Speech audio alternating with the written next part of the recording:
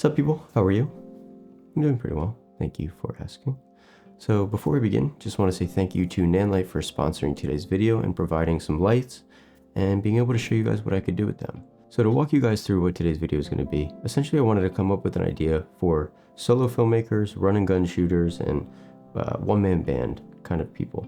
And a lot of people have reached out to me and asked me like, hey, if you had some money to spend on lighting, like what would your one lighting kit look like as like a solo shooter? And essentially this would be what I would pick. The Nanlite Forza 500B2, Nanlite Forza 300B2, and the new Nanlite PavoTube 30C2.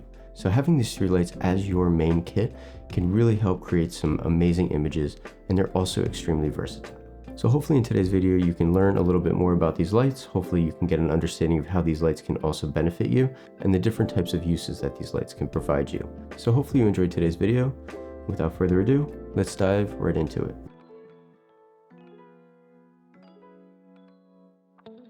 So the first light that we're going to be setting up is the new Nanlite Forza 500B2. It's a more improved version of the original 500, which was probably one of my favorite lights over the past 2 or 3 years. I really love that light, and this is a better, more improved, sturdier version of that light, but this is also a bi-colored version of that light, meaning that it ranges from daylight to tungsten color, and it also has the ability to shift the green and magenta as well, which is really awesome, especially when you're doing interview setups in an office building where the overhead lighting might have some green shifts to it, or it might have some magenta shifts.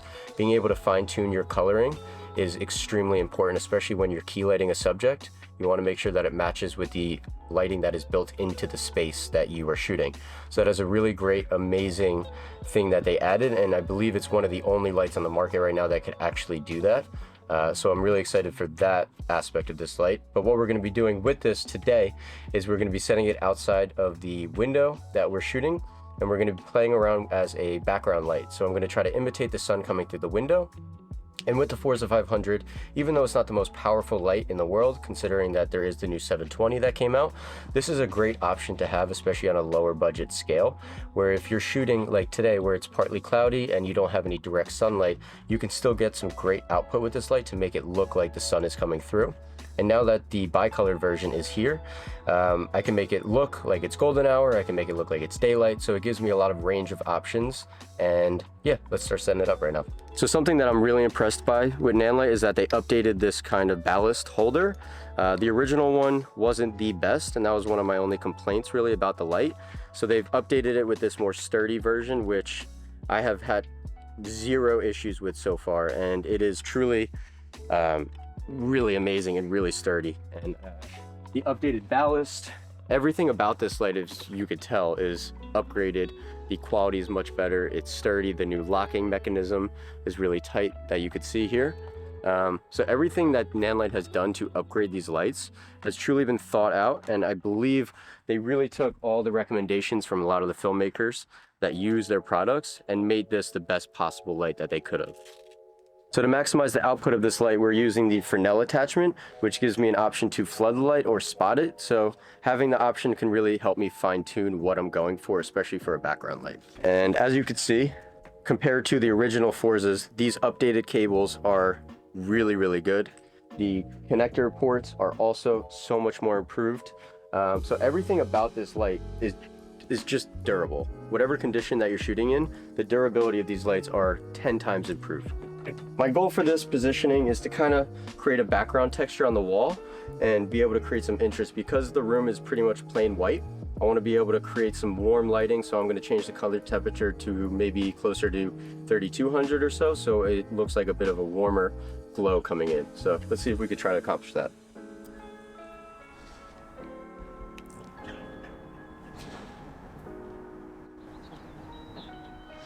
I'm going to start at 2700. And it's really cool because you can do a decimal place percentage increase, which is really awesome. But let's just start somewhere around 75% and see where that lands us today. So as you can see on this wall, we created this kind of like golden look texture through this design on the window here, or the door. So having this as the background really created some interest instead of it just being like a plain white wall. And we put it to 2700 Kelvin, so it looks like golden hours coming through the window here, which is just a nice warmth, happy type of look. Next thing I'm going to be setting up is the new Nanlite PavoTube, the 30C, and we're going to be using that as an edge light or a hair light on her for the interview.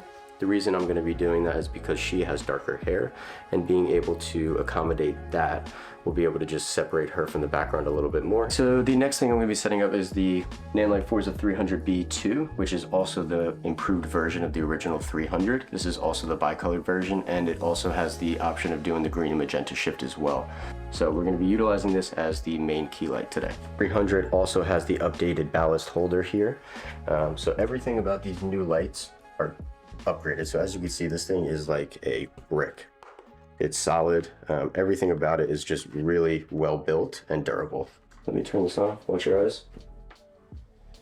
You sound like the hibachi guys. Watch your eyebrows. Yeah. Okay. Nice. The fire, the hibachi. Okay. So what I added to the Nanlite Forza 300B2 is the parabolic softbox with the grid attachment. And the reason I'm doing this is because we want soft lighting on her face for this interview. Otherwise, if you didn't have this softbox, what I would recommend is using this to bounce off of the ceiling potentially. When you want soft lighting, you don't want to go direct with this hard spotlight because it would create harsh shadows and just not be as flattering.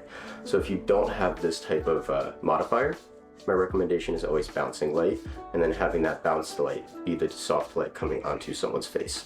But since I do have this, we're using it with a grid as well, which helps control the spill so it doesn't wash so much in the background. So right now I'm just going to be fine tuning this in the position and color temperature to match what I want. And then, yeah, we're going to see what the interview looks like and make any adjustments coming from there. A little bit warm on her skin tones, so I'm going to update that to about 4200 and see where that lands us. Look here. Okay, much better. It's too warm. It was before. All right, so I have the camera set to 5600 Kelvin, which is pretty much like daylight. It's a pretty neutral color temperature within the camera. Outside, I have the warm lighting coming in at 2700 Kelvin, inside at 4200. I also have the hair light here at 4200 as well, kind of wrapping this. But in terms of just general lighting schematic for an interview like this, you notice that within the frame there is a window right. So I want to make sure that I'm wrapping the key light from the window side.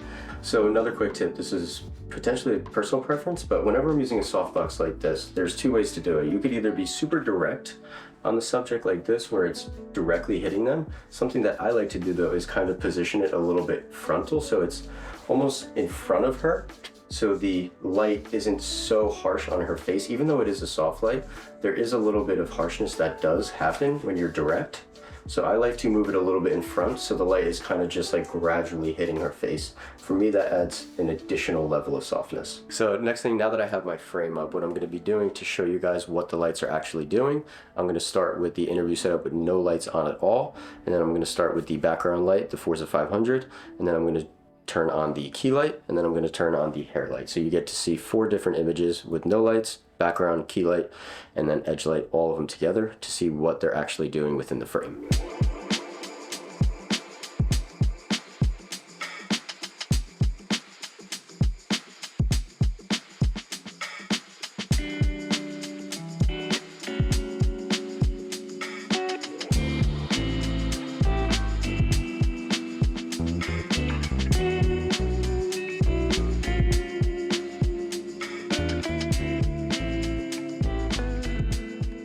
So the next thing that we're going to do is more B-roll. So for a lot of people that are doing these mini doc style things, it's not just the interview, you also have to shoot B-roll as well.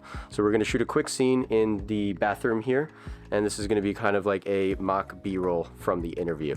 So essentially what I'm doing is trying to match the lighting from the interview as that golden-ish look. So what I have here again is the Forza 500 set to 2700 Kelvin again, going through the window.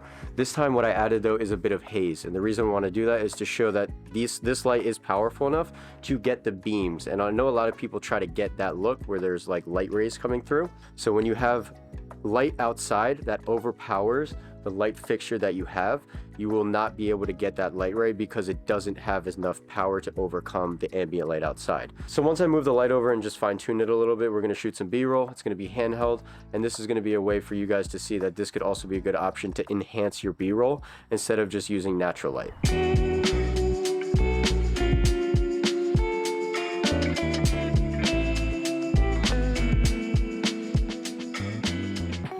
So as you can tell, that was a pretty simplistic way to shoot B-roll, but adding just that one light out here made it look so much better compared to just having nothing there. So as you'll see, this is what it looked like before having the light and what it looks like having the light outside.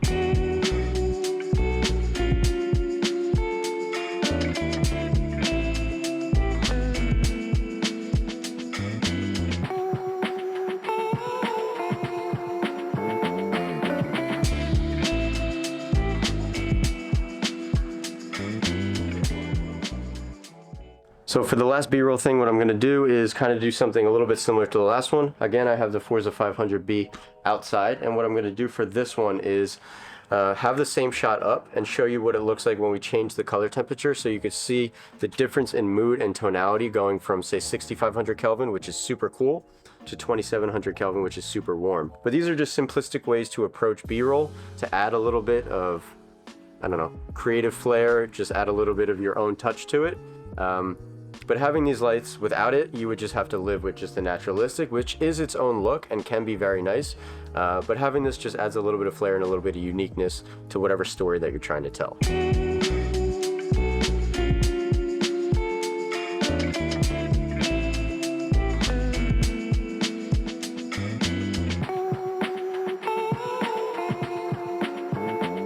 So for the third B-roll shot, I've actually moved back to my apartment this time.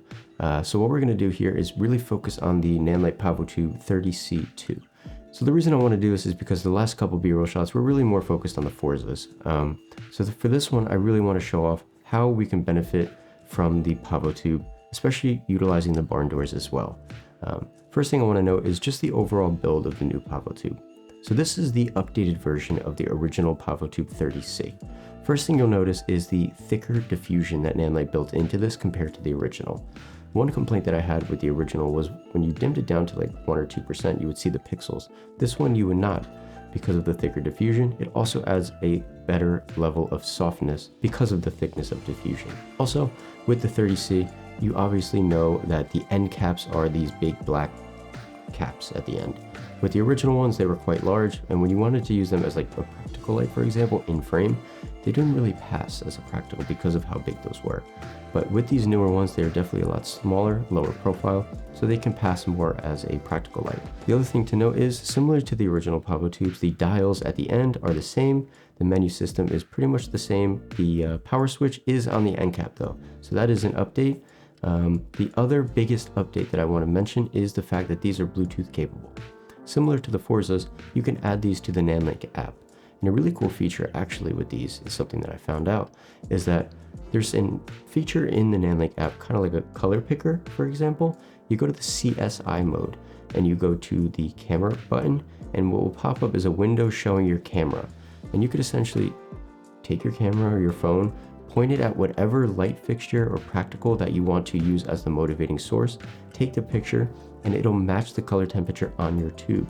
That is a great way to match a light for a practical or a light whatever that you're motivating from, that you don't know the actual color the color accuracy, you don't know the color temperature that you're trying to match. This is a great way to get a pretty accurate representation to your PavoTube. It's a really cool trick, and it's something that I recently just found out about. So I definitely recommend giving it a shot and seeing how it works out for you. But for this scene in particular, I wanted to try something pretty simple. So I put my fiance next to the lamp here reading a book. It's a pretty simple setup. It's pretty common. A lot of people do it. But what I wanted to do is just really show off the benefit of the barn doors here as well. So this is what the scene looks like with just the lamp on. As you notice, the image is, fairly dark. It's a moody image, and it creates a little bit of an edge on her, but there's no fill in the face. You can't really register her emotions. You can't really see her face, her eyes, nothing. So what I did was take the PavoTube, put it near the lamp as the key light. Essentially putting it next to the lamp just makes it a better wrap of a key light and fills in her face a little bit.